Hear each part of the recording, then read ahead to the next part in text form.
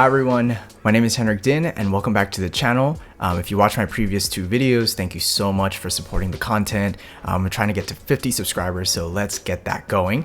But today we're going to be talking about my first year in America. So let's get this video started.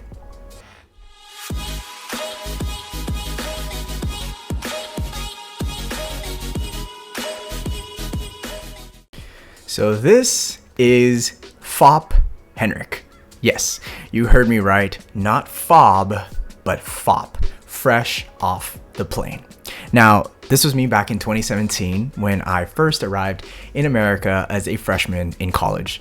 And I was rocking the buzz cut look, as you can tell, and looking very youthful.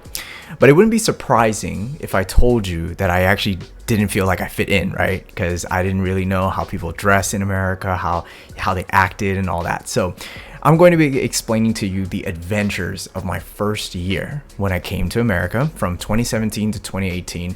A lot to unpack, so brace yourselves. Let's get this video started with number one, the arrival to America. All right, so let's begin with the arrival to my campus.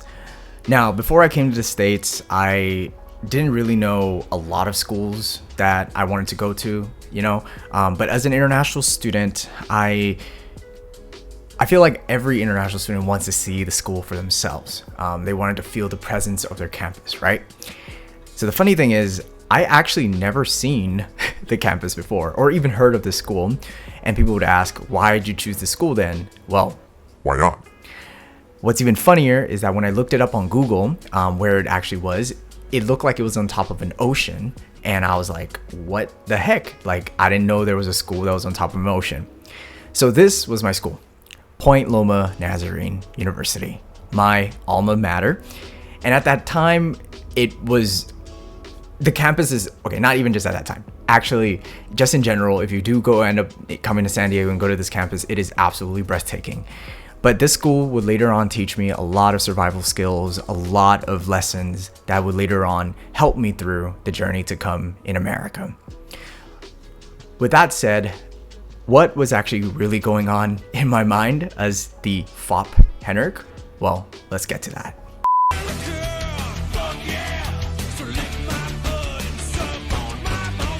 All right, just joking, y'all. I actually was not thinking that, or that wasn't what was going on in my mind when I first got here.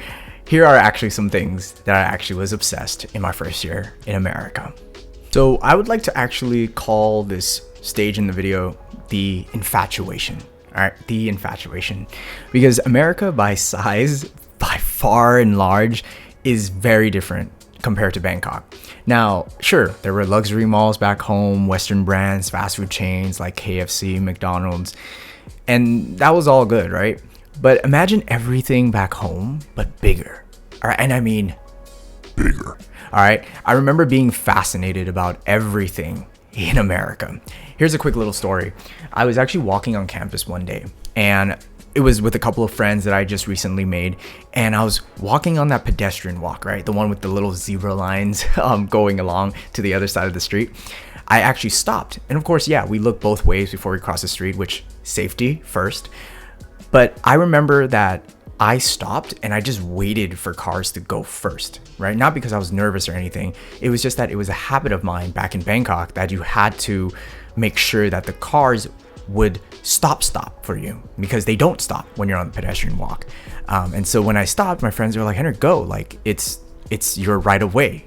It's your right of way. By law, they're gonna stop. And mind you, I was like, what? That's such a thing?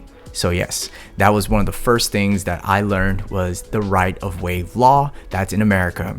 And it was a very powerful lesson I learned. All right, now that I learned that the right of way was actually a law, the second thing that actually got me really, really excited was Target, Costco, and Walmart. Now, if I could tell you every time I gasp, and I was like, oh my gosh, where am I? This is an amazing place, like as if I went to Disneyland or something. I would have accumulated enough money to buy 10 In-N-Out burgers.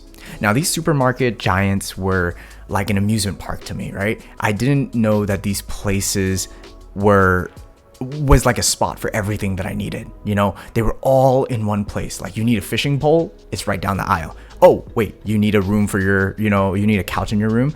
Boom, it's on the other aisle. Like, that was mind-boggling to me that everything was available in this one store. So Target, Walmart, and Costco. Oh my gosh, it was like a whole new world. I still am fascinated by it till this day, but when I first got here, it was A world changer. And speaking of In-N-Out burgers, that leads me to my next topic, food.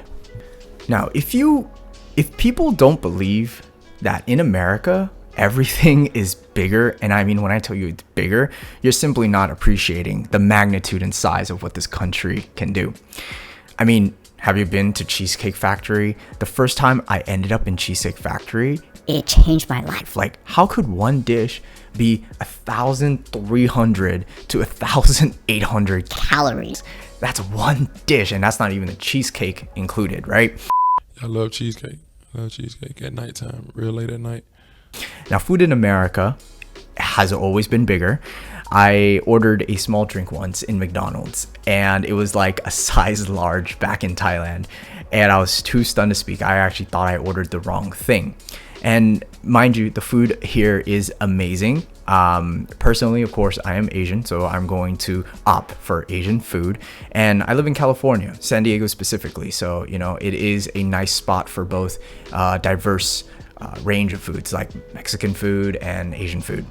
But trust me, when I say portion sizes are big here, The portion sizes are big here. all right, now that I've said a couple of things that actually kind of made my experience much more, enhanced, and I was just like a little boy basically going around and learning about all these things, I just want to take a brief moment to tell you all that it may have been like a different world for me, and I was trying to adjust to all these things. But the arrival from 2017 to 2018, I had to go through obviously a lot of culture shock. I mean, these are things that I've never really experienced when I was back home. So my freshman year essentially was obviously learning that if I could fit into the culture, secondly, finding my community, and thirdly, just learning how I can adapt myself to this new world, this new place. So I'll spare you all that detail, just because if I told you everything, that would be a long video. But I hope that a couple of things I just wanted to point out was that it's fun when you're in a new country, and it's fun to be learning, and it's fun to be experiencing. And of course, I can tell you all the little nitty-gritty details that I learned throughout the years to come. But this video, I just wanted to kind of show you all that these little small things that I experienced in America made a big difference, made a huge impact in the long run, right? Because later on, I would learn to appreciate what I have back home. Now, if you all want a separate video talking about my top things that I enjoy doing here, or, that if you want to hear more about what I actually had to go through in the first couple of months when I was here, I would love to do a video on that. And I would love to share my appreciation for both my life in Bangkok and also in America. All right, so now that I've said that, I just wanted to take another moment and tell you all, like, the stuff that I talked about, the food, the Targets, the Walmarts, the whole like law and all the little details, things that made my little inner child go nuts. It really encapsulated my first year in America, right? And it was mostly consisted of joy and just curiosity. Now, of course, there were many other variables, like I previously said, like adjusting to the culture and not really feeling positive as, all the time.